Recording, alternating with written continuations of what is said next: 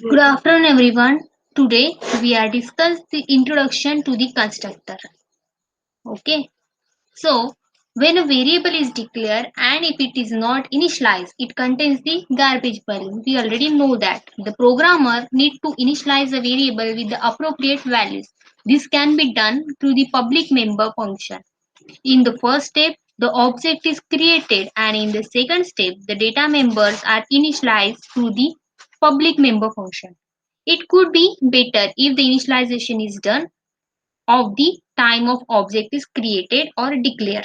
This can be avoid the calling the public member function to initialize the data member, and this initialization is possible with the constructor.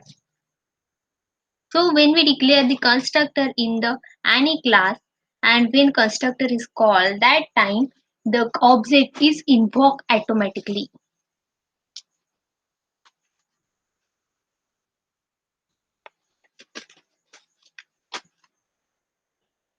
The constructor is a special member function of a class and that is executed whenever an object is created.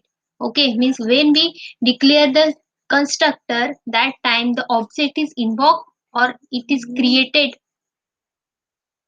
The constructor will have the same name as the name and it does not have any return type. Yes, because it is a special type of member function, that's why there is not having any return type, not even void also. Okay, the constructor can be very useful for initializing the data members. What exactly constructor is? The member function that is automatically called when an object is created. Means what? If we want to and we call any member function, that time with the help of object we can call that function. But when we declare the object, that time constructor is automatically called. Okay, the purpose is to construct an object and do the initialization if necessary. The constructor function name is a class name and it has no return type specified. This is a syntax. If I declare the class A, and if you want to create a constructor, so in the public section, here I just write the class name and the function symbol, that is opening and closing bracket, and the function body. This is a special member function, that's why it is not again having the return type, and this is just a inside the curly bracket means that is a function body, means body of a constructor, and the semicolon. Then what are the characteristics of constructor? The constructors have the same name as the class name. The constructors are executed whenever an object is created or declared. These are the characteristics. First characteristics, constructor have the same name. We already know that in the syntax, in the previous syntax. Now look at here, the constructor name and class name, that is A. Both places are having the name A. Okay, so constructor name and class name should be the same. Now the constructor are the executed whenever an object is created. Means what? If we create the object of class A, for example class A, that is A, and if I declare the obj and semicolon, that time the default constructor is called, means constructor is called. Okay, the constructor have the neither return type nor void. Yes, obviously, because it is a special type of member function, that's why it is not having the return type nor void also. Okay, the main function of a constructor is to initialize the data member. The constructor can have the default value and can be overloaded. We already know that what is the overloading.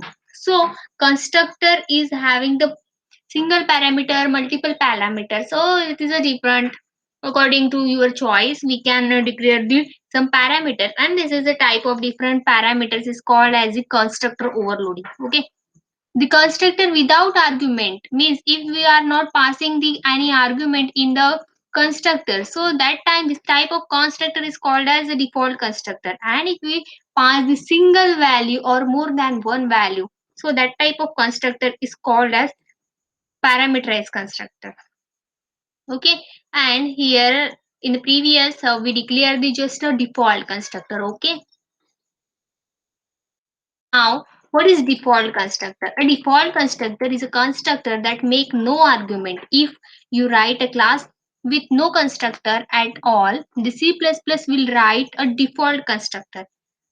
Means what? If we are not passing any parameters and we just create a constructor, so that type of constructor is called as default constructor. A simple instantiation of a class with no argument called a default constructor. For example, rectangle is my class and R is my object. So that time there is called the default constructor of a rectangle class. One more thing I declare here, if I declare the rectangle R, it is called the default constructor, but I am not declaring the default constructor in our class. So that time it is automatically called. Okay, and all definitions of a default constructor is stored in your header files. So default constructor is not necessary to create in your class. Then next type is passing argument to the constructor. It means what? The passing argument to the constructor means that is a parameterized constructor. Okay. To create a constructor that takes the argument means if we want to passing this some argument that is a 1, 2, 3 up to n number of argument, if you pass using the constructor, that time is called as the constructor is a parameterized constructor. Okay, to create a constructor that takes the argument, indicate the parameter in the prototype. Okay, now here how we declare the parameterized constructor. If I having the rectangle class and I pass the two parameters, that is double type and double type, so we are separated using the comma and then semicolon. Okay, so this is just a body of a passing parameterized constructor. Okay, use a parameterized constructor in the definition, that is rectangle, then double w, that is here I passing the two parameter, that is w and length, and then w is stored in the width parameter, uh, width variable, and length parameter is stored in the length variable. Okay, so this is the body of a parameterized constructor. Now you can pass the argument to the constructor when you create an object. Means when we create a object that is rectangle R and then passing the some values, that is a 10 and 5, then it will be called to the parameterized constructor. Okay. So these are the three functions of the parameterized constructor, that is how we declare, how we create a prototype, then how we define the parameterized constructor, and how we call this parameterized constructor. Okay. Now more about the default constructor. If all the constructors parameters have the default argument when it is in the default constructor, for example, means if you are passing zero arguments or none arguments. Okay, so this type of constructor is called as default constructor. Now look at here, rectangle is my class and double is equal to 0 and double is equal to 0. It is similar as a none of the parameters, so that's why this is called as default parameters. Okay, then creating an object and passing the no argument will causes this constructor is executed. For example, rectangle R, I already told you when call this type of means when compile this type of statement, so that time we call the default constructor. Okay. Then classes with a no default constructor. When all of the class constructor require the argument, then the class have no default constructor. When this is case, you must pass the required argument to the constructor, then create an object. There are the applications of constructor. The instantiations of the data member is carried out using the constructor. The constructor also allocate the memory to an object. This is it application. Then when the object is declared or created, its a data member are automatically initiated to the given values. The compiler automatically call the constructor. The constructor is called with each object separately. Okay, so these are the some applications.